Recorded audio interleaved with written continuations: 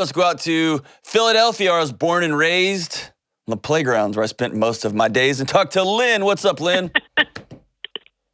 Hello, Dr. John. How are you? Thank you for taking my call. I'm hanging in there. Awesome. Hey, you haven't let go yet, so that's fantastic. What's That's up? How can I help? That's true. So, my brother. Hey, hold on. Yeah. I'm trying to get better on this show about what's coming. And your sigh tells me, I'm just guessing, I'm stone guessing here, that you know what I'm going to answer whenever you ask whatever it is you're going to ask.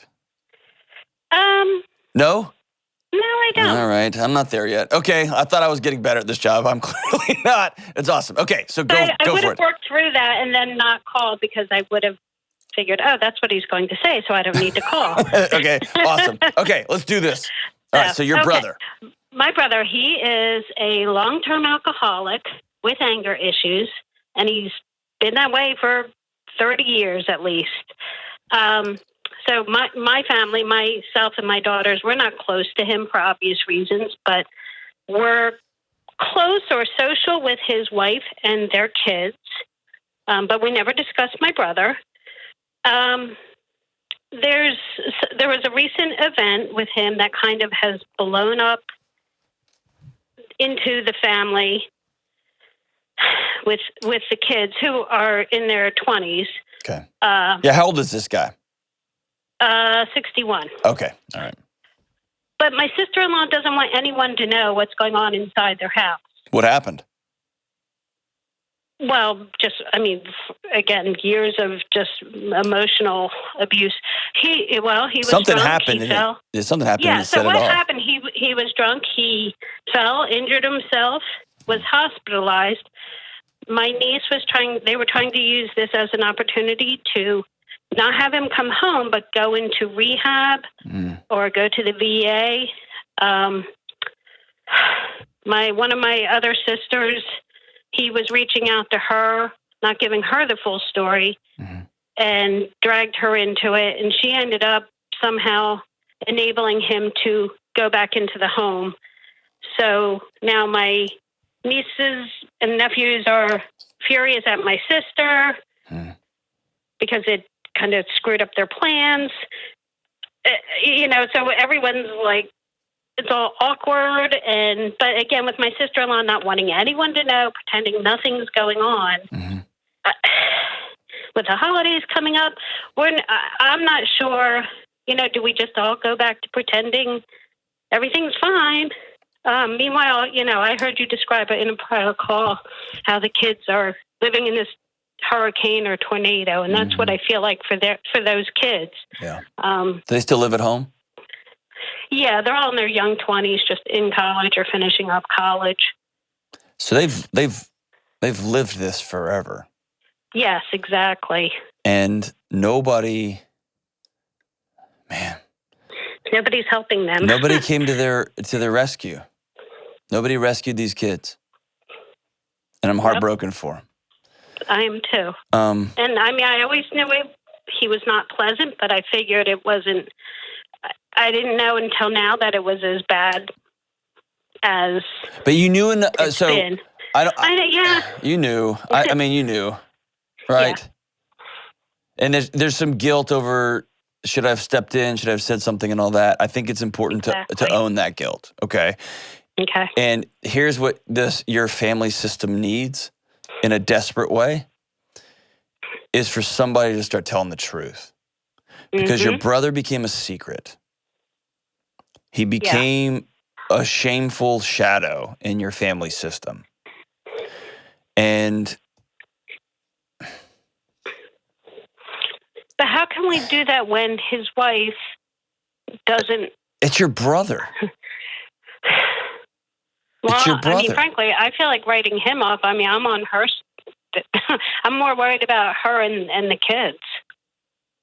And that's how we all kind of feel. Because as I'm learning more information from my niece and my kids talking, the things I experienced with him growing up is being repeated, I know. In the house. Okay. Here's what's happening. I don't say you should. The time for intervention was when these kids were 6. They're adults now. They're grown-ups. And they have to live in a world where I had a raging alcoholic as a dad, a mom who didn't protect us, a family system that didn't protect us, and now we're grown-ups. And now we're going to have to make grown-up choices. Mm-hmm. You've heard me talk about the bricks in the backpack thing. I was at an event a few weeks ago in Florida, and I've never been asked this question. A parent got up and said, your presentations, I love it. I'm thinking about all the bricks I got to deal with. But more importantly, I realized that I've put bricks in my kids' backpack. How do I help them get theirs out? And I've never been asked that question. And here's the hard answer. You can't. That's their journey now.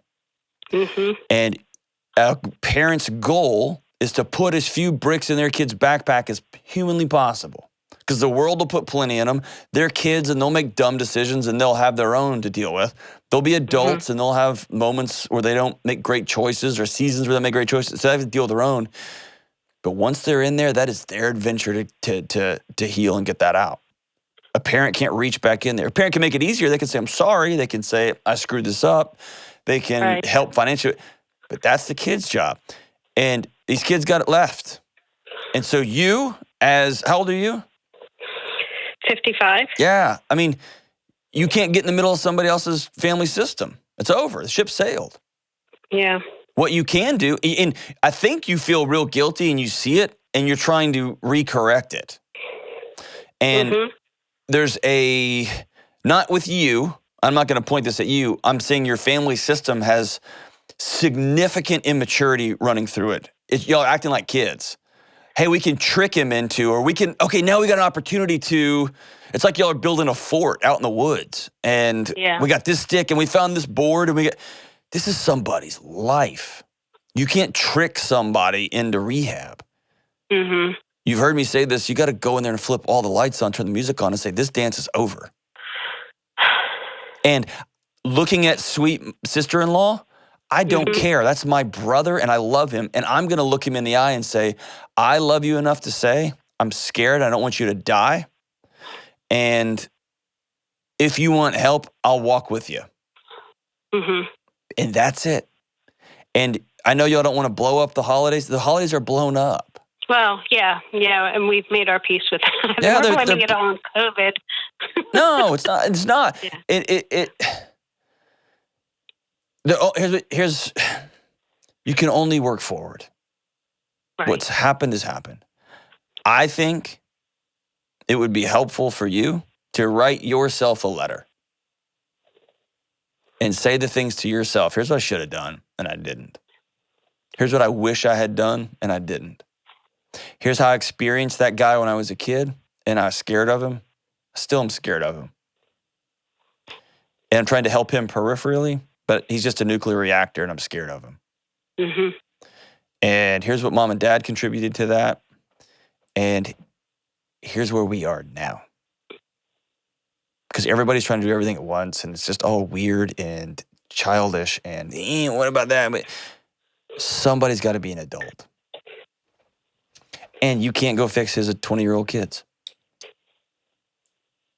You can tell them. You could take them out for lunch and say, I should have stepped in as Aunt Lynn, and I didn't, and I'm sorry. Mm-hmm. I know what y'all went through.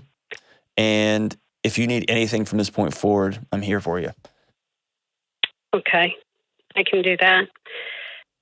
With my sister-in-law, I mean, I guess I'm worried then if bringing it out into the open, then she cuts off contact with me. She's a grown-up. Well, right. And here's the question you got to ask yourself. Am I going to be okay at his funeral in 18 months? Because he's on what I call a long-tail suicide. Yeah. He's checked out. He's not pulling a trigger today, but he is doing the best he can to drown himself slowly. Mm-hmm. And it will escalate. He's 61, so that ball is going to start rolling downhill real fast. And he'll end up with some sort of heart disease or cancer or some sort of thing that pops up, or he'll slip and fall and break a hip. Whatever's happening, it's going to start happening with increasing speed. Yeah. And so I want you to imagine yourself at his funeral, standing next to your sister-in-law and going, good thing we didn't say anything. I feel good about that. Good call. And That's a good point. if that's the right choice for you, rock on to the break of dawn. I have made it my life's mission to have no unspoken conversations. And there are 4 or 5 throughout my life that I can't do over again, and it kills me. But my family will know.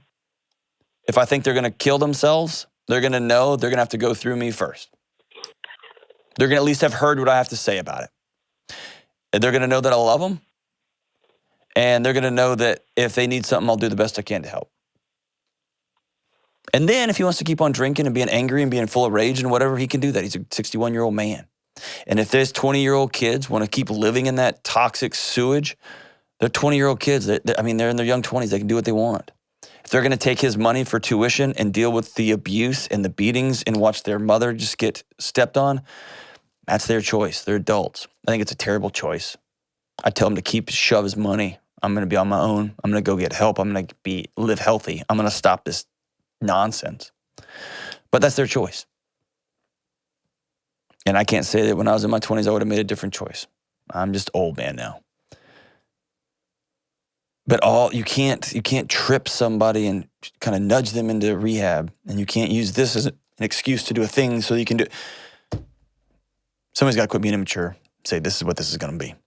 And everybody, Lynn, you included, have to start living for today and tomorrow and not trying to, I don't know, this is the past. And what are we going to do today? How are we going to solve this today? If it's my brother, I'll tell my sister-in-law, I love you. I'm not content to sit on the sidelines when my brother dies and he drags his entire family down with him. I'm not. So I'm going to say what I'm going to say. I'm his sister and I get to do that. And then after that, then she gets to make her grown-up decision. If she wants to take her ball and go home, well, God bless her. Hope she doesn't. Hope she says, finally somebody reached out. It probably won't happen. But just picture yourself at his funeral. What are you going to say to wife then? How hard will that conversation be?